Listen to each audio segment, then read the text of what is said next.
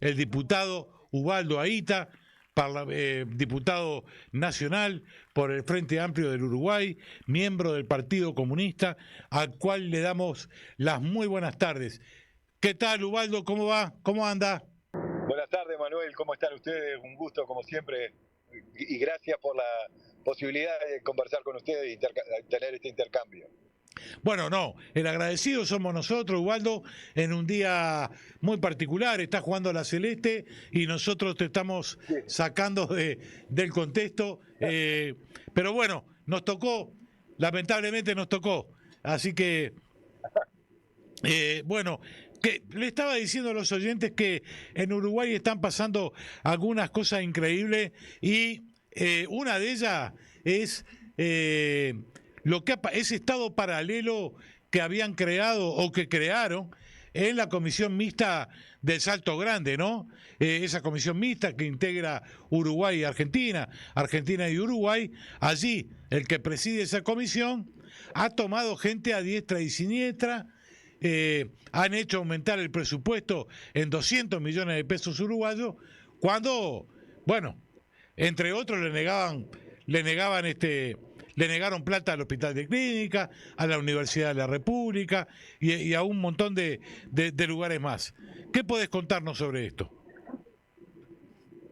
Bueno, Manuel, en realidad es una perla más, ¿no? Es decir, aquí los fenómenos de la corrupción en el equipo de gobierno vienen sumándose uno tras otro. Y es una situación complicada desde el punto de vista del manejo que se hizo en la Comisión Técnico Mixta de Salto Grande, en términos de un uso político partidario de los ingresos. Se trata de 34 ingresos repartidos entre militantes, ediles y gente allegada al partido, tanto al Partido Nacional como al Partido Colorado en Salto. Se produjeron esos ingresos con dotaciones salariales bien importantes, además, en el marco, digamos, también absolutamente, digamos, tendencioso en términos de rendimiento electoral. Y en ese sentido, el Frente Amplio ha tomado la decisión de interpelar a los ministros a la ministra de Economía y al ministro de Relaciones Exteriores, quien es que tiene competencia en este tipo de comisiones que involucran a más de un país, y en ese sentido el próximo 3 de octubre hay una interpelación para llevar adelante. Lo cierto es que, como tú decías, estamos en el marco del tratamiento de la rendición de cuentas, y cuando se le niegan recursos tanto a la enseñanza pública, a la universidad, a la salud pública, nos encontramos con este tipo de manejo de los dineros públicos que, por cierto, creo que deben indignar a todos y por lo tanto creo que la medida que el Frente Amplio adoptó, más allá de la decisión de la renuncia del presidente de la Comisión Técnico Mixta, el Frente Amplio la sigue manteniendo, y creo que es una decisión acertada en ese sentido. Claro, bueno, hay que decir, por lo menos yo lo veo así. Esto que pasó, ¿sí? Y que ha salido a la luz y se ha denunciado y va a ser esto que vos planteás. El Frente Amplio había hecho una norma que para entrar en esa comisión mixta, para entrar a trabajar, había que hacer un concurso. No habían cargos políticos, no había amistad, no había nada de eso. Eran cargos que se hacían por concurso de las diferentes tareas que allí se deben desarrollar. Bueno, evidentemente el Partido Nacional y el Partido Colorado volvieron a las viejas prácticas de la antigüedad, ¿no? Porque todo esto se sabe, se sabía. De hecho, cuando nosotros éramos jovencitos, para tener un trabajo público había que ir a un club del Partido Colorado o del Partido Blanco. Dependía de quién gobernara, ¿no? Manuel, Sí. los ingresos durante la administración del Frente Amplio fueron 7, se establecieron a través de concursos y fueron ese número además. Lo cierto es que en este contexto el uso de la, digamos, es volver, como vos decís, a una vieja práctica de los partidos, volver al uso del Estado obteniendo en ese sentido ventajas electorales. Es lo que le llamamos eternamente el clientelismo político, ¿no? Donde con la tarjeta del político de turno uno podía tener o no posibilidades del ingreso a la administración pública. Esto se... Hola, hola, hola. ¿Hola? Ahora te escucho. ¿Me escuchan, Manuel? Ahora te escucho, ahora te escucho. Perdón. Y decía que también, en cuanto al uso de los recursos públicos, si uno analiza lo que es esta rendición de cuentas y la rendición de cuentas anteriores, todo está previsto para que, digamos, los recursos públicos sean utilizados en el año previo a las elecciones. Aquí hay dotaciones, créditos en materia presupuestal que están fijados para que se usen en el año 2024, y en ese sentido también tienen la misma, digamos, la misma connotación, ¿no? Un uso que, digamos, de un uso político electoral en cuanto a los recursos públicos que van a ser asignados a una u otra inciso de la administración pública. Por lo cual vienen preparándose para el año próximo tener, digamos, disponibilidad de recursos para que efectivamente, bueno, tener ventajas electorales en ese sentido. Es como vos decías, una vieja forma de hacer política que se instala de nuevo en el Uruguay con el gobierno de la coalición, de esta coalición de derecha, ¿no? Claro. Ahora, en otro orden de cosas, quería preguntarte cómo está la cuestión del agua potable para la ciudad de Montevideo y la región metropolitana. Bueno, en realidad las lluvias han venido a solucionar la situación en cuanto digamos, a la cantidad de agua que en este momento tenemos. Sin embargo, en ese sentido, OCE les siguió, digamos, solicitando al Ministerio de Salud Pública mantener determinados niveles de cloro y de sodio en el agua que suministra la población. Y en ese sentido hay algunas dificultades en torno a la calidad del agua que estamos tomando. Resuelta el tema de la cantidad, hoy ya no rigen más las restricciones que el uso del agua potable tenía, pero sí tenemos estas dificultades en torno a la calidad, porque reitero, OCE solicitó al Ministerio de Salud Pública mantener los niveles de cloro y sodio que se venían utilizando en el marco de la sequía. Ahora, lo que en el Uruguay está planteado en torno al agua potable es el debate en torno al proyecto Netuno que esta administración piensa llevar adelante. Ustedes saben, creo que hemos hablado en alguna otra intervención. Es un proyecto que pretende potabilizar agua del Río de la Plata y que a los uruguayos tiene amplísimo cuestionamiento. Uno, en cuanto a la propia inconstitucionalidad del proyecto, en la medida en que el artículo 47 de la Constitución obliga a que la provisión del agua potable sea hecho por personas públicas estatales, y en este caso, en realidad, toda la parte de potabilización y gestión de la planta va a estar en manos de privados, por lo cual ahí hay una inconstitucionalidad importante. Pero también en los términos del costo que va a tener esta planta, se habla de unos 900 millones de dólares que va a tener esta planta, porque implica una primera, digamos, erogación del Estado de unos 250 millones de dólares, y después va a salir 40 millones de dólares por año, el canon que va a tener que pagar OCE. Y además esta planta tiene importantes cuestionamientos ambientales que han sido realizados por técnicos independientes, por la propia academia, por universitarios, que hablan de un problema, de una generación y un problema ambiental bien importante en cuanto a las afectaciones que tiene en la propia playa donde se va a instalar la opción de agua, pero además en una zona donde esta planta tiene como condicionamiento que durante un periodo del año está la salinidad del agua potable, del agua del río La Plata, que va a tener que tomar agua de un reservorio que se llama polder, digamos, y que va a suplir el agua que no se puede tomar del río La Plata por la salinidad. Ese periodo dura más o menos unos 80 días, está calculado que ese periodo de alta salinidad dura unos 80 días y se va a tomar de ese reservorio. El tamaño de ese reservorio genera problemas ambientales muy importantes en la medida en que es una concentración de la producción, digamos, de cianobacterias, y en ese sentido también es que este proyecto tiene muy importantes cuestionamientos ambientales también, Manuel.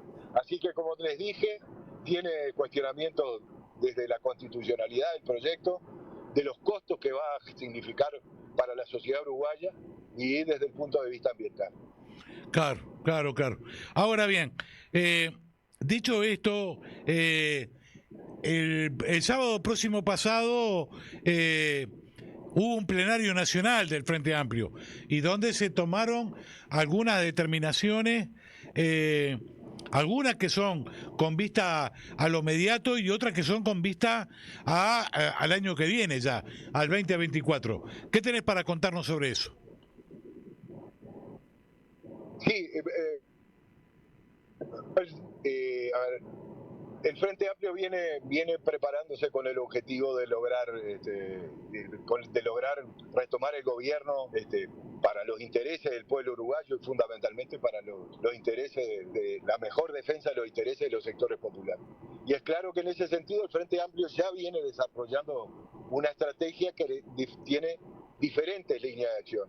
Nosotros tuvimos más de 1.500 reuniones con organizaciones sociales en el marco de una línea de acción que se llamó el FAT Escucha. Luego también participamos en el marco de la sequía en un conjunto de reuniones con las organizaciones del agro, fundamentalmente con las organizaciones de los pequeños y medianos productores familiares. Y en ese sentido también el Frente Amplio se apronta a fortalecer esa estrategia en cuanto a plantearse tener un programa potente para ofrecer a la ciudadanía, que fundamentalmente el programa plantea recomponer, todo lo que este gobierno de coalición de derecha ha generado en el país, ha desconstruido en el país, volver a generar las políticas públicas que tuvieron vigencia durante los gobiernos del Frente Amplio, pero estamos convencidos que también ese programa debe ser un salto en calidad en términos de profundizar las políticas que el Frente Amplio había generado durante su ciclo de gobierno. Y en ese sentido estamos convencidos que ese programa debe ser en un sentido de profundización, de buscar cambios, de cortar la dependencia en términos de la producción y la primarización de la producción uruguaya. Ahí tiene que ese programa profundizar en materia de cambios en la matriz productiva, por ejemplo, un nuevo avance en términos de relaciones internacionales, profundización en cuanto al sistema integrado de salud, el sistema de cuidados, en la educación. Bueno, son los temas fundamentales que este programa debe reflejar en términos, reitero, de profundizar lo que los gobiernos del Frente Amplio realizaron durante su periodo de gobierno. Y en ese sentido también el plenario ha definido en el marco de esa estrategia, que creemos que lo fundamental en este momento es esa profundización del programa, pero en el marco de esa estrategia también el Frente Amplio estableció la necesidad de estar abierto a establecer alianzas políticas con algunos requisitos fundamentales. Y prácticamente esos requisitos tienen que ver precisamente con, el compromiso con el programa del Frente Amplio, el compromiso con una acción común luego de que las fuerzas políticas que integren en este marco de alianza, lleven adelante un compromiso de una acción política común, y en ese sentido también en el marco de la estrategia general del Frente Amplio, como decíamos, el plenario nacional definió, aprobó algunos documentos que tienen que ver con eso también. Y por otro, también el último documento, ya termino, Manuel, el último documento es digamos, el que tiene que ver con la elección de nuestros candidatos. Exacto. O nuestra fórmula, básicamente nuestra fórmula presidencial. Y en ese sentido se avanzó en un compromiso de los precandidatos con la fuerza política, en que la fuerza política va a tener, junto con los candidatos, él o la candidata defina, la fuerza política va a tener una incidencia fundamental en la construcción de la fórmula y en la construcción de la campaña electoral. Así que, reitero, esto es parte, digamos, o gran parte de la estrategia del Frente Amplio, con la que vamos a enfrentar este periodo electoral.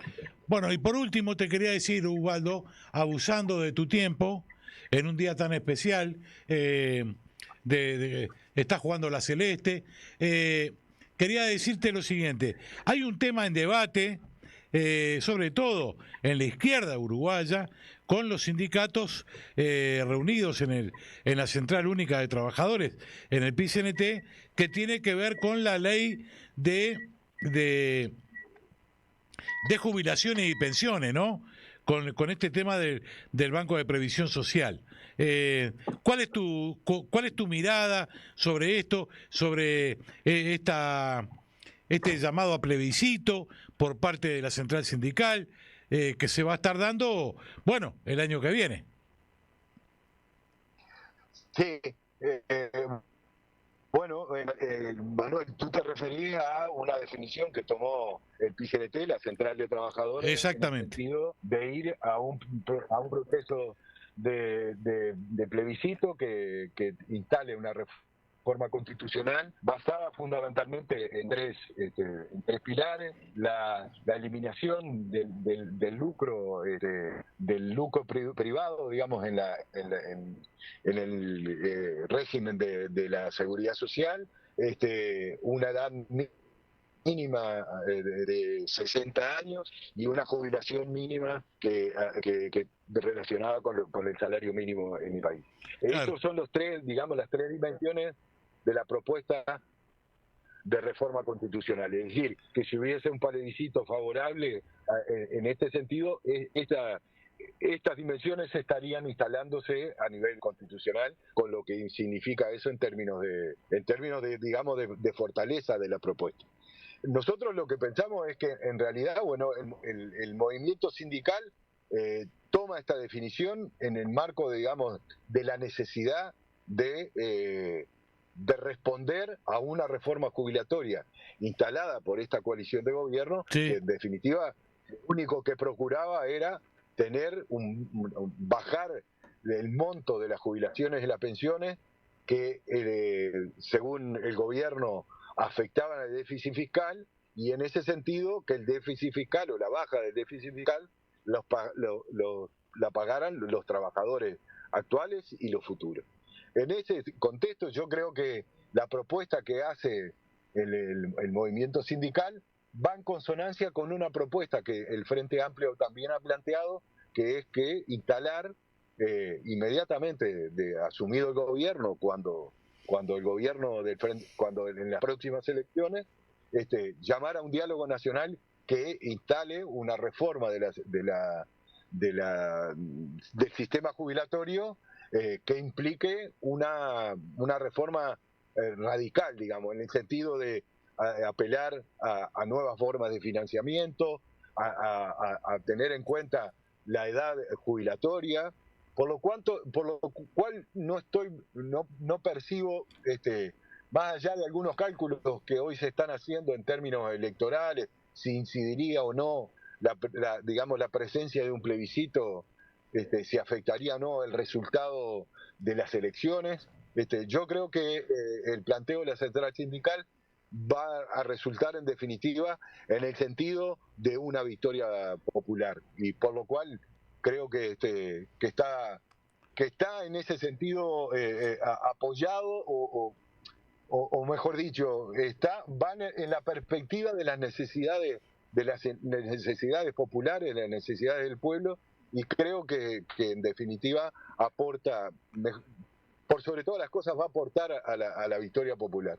Nosotros tenemos que tener en cuenta que los plebiscitos anteriores, que son también referidos a la materia jubilatoria, que estableció la relación entre digamos, el índice medio de salarios y el monto de las jubilaciones y pensiones, fue un plebiscito que apoyó mayoritariamente, en términos muy, muy concretos, muy contundentes, la población en el Uruguay, por lo cual creo que hay un antecedente bien importante y bueno, reitero, habrá que también generar en torno a ese plebiscito los mayores aportes en términos de unidad del campo popular y por lo tanto, bueno, dar la batalla para que en definitiva se obtengan las dos necesidades, que es una reforma constitucional en este sentido y por sobre todas las cosas un gobierno del Frente Amplio en el próximo periodo. Ahí está. Bueno, muy bien, Ubaldo, te queremos agradecer muchísimo la participación del día de hoy. Te mandamos un abrazo enorme y como siempre, muchísimas gracias. Las gracias es de mi parte porque de verdad me siento halagado con poder participar y un abrazo para todos ustedes y para la audiencia. Chau, chau, que pase bien.